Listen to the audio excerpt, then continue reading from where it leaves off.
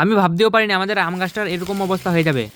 Hello guys, আজ আপনাদের বলবো যে ঈদ রাতে কি হয়েছিল। বন্ধুরা, ঈদ রাতে প্রচন্ড ঝড় বৃষ্টি হয়েছিল। আমি ভেবেছিলাম যে এইসব নিয়ে ভিডিও করব, তবে করতে পারিনি, কারণ ঝড় বৃষ্টির কারণে কারেন্ট ছিল না আর আমার মোবাইলে চার্জও ছিল না। আর আমি ভয় পাচ্ছিলাম ঈদের নিয়ে ভিডিওটা করতে পারবো কিনা। তবে ঈদের নিয়ে ভিডিওটা আপলোড দিয়ে দিয়েছি, আর এইসবের ভিডিওগুলো করতে পারিনি, চার্জে ছিল না, কি করবো। আর দেখুন, এখনো মেঘের আবহাওয়া একদমই ঠিক নেই, যে কোনো টাইমের সময় বৃষ্টি হয়ে যেতে পারে। আর আমি এখন যাবো আমাদের আম বাগানে, কারণ এত ঝড় বৃষ্টির কারণে কিছু না কিছু তো হয়েছে অবশ্যই। তো বন্ধুরা, এখন এখানে চলে এলাম, আর এখানে এসে দেখছি সবগুলো গাছ তো ঠিকই রয়েছে, তবে এই সাপোর্ট গুলোই নিচে থেকে পড়ে গিয়েছে। তবে হঠাৎ করে আমার নজর এই গাছটার উপরে যায়। এই গাছটা তো অনেক রিস্কের মধ্যে রয়েছে, তাই আমাকে তাড়াতাড়ি এখন এটাকে রেস্কিউ করতে হবে। তবে আমি এইসব সাপোর্ট গুলো ঠিক করার জন্য কোনো জিনিস আনিনি, আর এই দড়িগুলো বাড়ি থেকে নিয়ে আসিনি, তাই আমি এখন বাড়ি চলে এলাম। আর বাড়ি থেকে এইসব জিনিস নেওয়ার পর আবারও চলে এলাম আম বাগানে। এখানে আসা মাত্র আমি কাজটা ঝটপট করে শুরু করে দিলাম, আর আমার এখন গর্ত খোঁড়া কমপ্লিট, আর গাছটাকে ফাইনালি সাপোর্ট দিয়ে দিলাম। এখন এই গাছগুলোতেও দড়ি বাঁধতে হবে। তো বন্ধুরা, সবগুলো গাছেরই কাজ এখন কমপ্লিট হয়ে গেছে, তো এখন বাড়ি ফিরছি। তো এখন বাড়ি চলে এলাম, আর আজকের ভিডিওটা আমি এখানে শেষ করে যেতে দেখা হচ্ছে নেক্সট ভিডিওতে।